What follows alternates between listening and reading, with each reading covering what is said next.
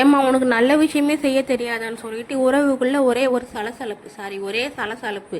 எப்போ பாரு சிக்கன் செய்கிறேன் மீன் செய்கிறேன்னு சொல்லிட்டு. ஆனால் நான் இந்த மாதிரி விஷயம் செய்வேன், இது வியூஸ் போகாதுன்னு சொல்லிட்டு நான் போட மாட்டேன். அதுக்கப்புறம் என் மண்டையில் உரைத்து சரி போட்டு தான் விடுவோம், என்ன தான் நடக்குதுன்னு சொல்லி பார்க்கலான்னு சொல்லி செய்ய ஆரம்பிச்சிட்டேன்.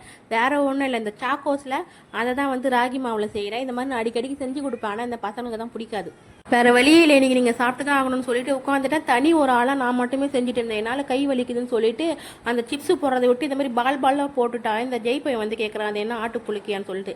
எவ்வளோ இன்னைக்கு நீங்கள் அந்த ஆட்டு புழுக்கையை சாப்பிட்டா தான் நாளைக்கு உங்களுக்கு சிக்கன் டிக்கான்னு சொல்லிட்டு ஒரே வழியாக முடிச்சிட்டான். அதை வந்து டேஸ்ட்டு பார்க்க சொன்னான். அவனுக்கு மூஞ்சி கோணையாக போகுது. இந்த பையன் நடிக்கிறான். இந்த பையன் நடிக்கிறது கூட பரவாயில்ல, இந்த பையன் வாயே வைக்க மாட்டான். இது ஏன் தான் அப்படி இருக்குது இல்லை, கறி தின்னே கறி மாதிரி ஆயின்னு போய் கிடக்கு. ஃபைனலாக இது எப்படி வந்துச்சுன்னா அவ்வளோ ஒரு சூப்பராக இருந்துச்சு. இந்த பசங்களுக்கு தான் இந்த டேஸ்ட்டு பிடிக்கல. ஒருவேளை கறியாக சாப்பிட்டு இதெல்லாம் பிடிக்கலன்னு நினைக்கிறேன். பைடியா.